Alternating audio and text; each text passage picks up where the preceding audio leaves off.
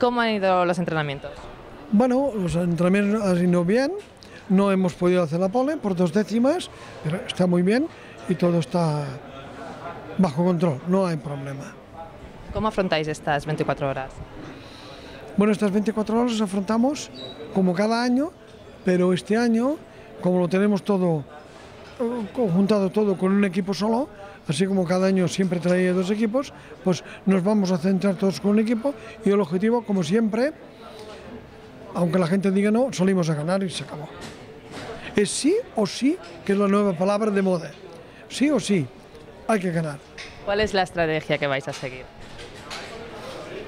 Pienso en estos momentos, las motos que hay en el mercado son todas las marcas muy buenas. No hay un problema de motores, hay un problema de equipo y de personas físicas. Una moto de estas, por ejemplo, nuestra moto, al final de recta con la telemetría 2 vía satélite alcanza 310,5. Una velocidad buena ya. Como las motos ya no rompen, repito, es un problema de equipo y pilotos.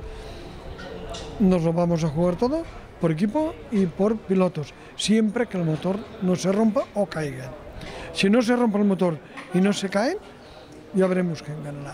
Su máximo rival le ha arrebatado la pole por la mínima. ¿Cómo ve a Suzuki Català?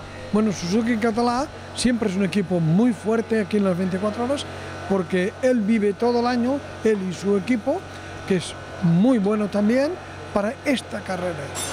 Claro, no es lo mismo preparar una cursa para todo el año que nosotros que estamos haciendo el Mundial, que venimos de Qatar hace 3 semanas, que las motos llegaron la semana pasada, desmontas, las rehaces todas para venir a correr aquí y luego dentro de 2 semanas nos vamos a Alemania, que tenemos otra carrera mundial.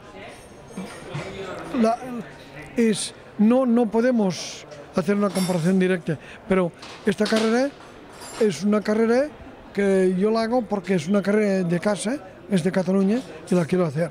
Luego pues la hacemos y se acabó. Gracias.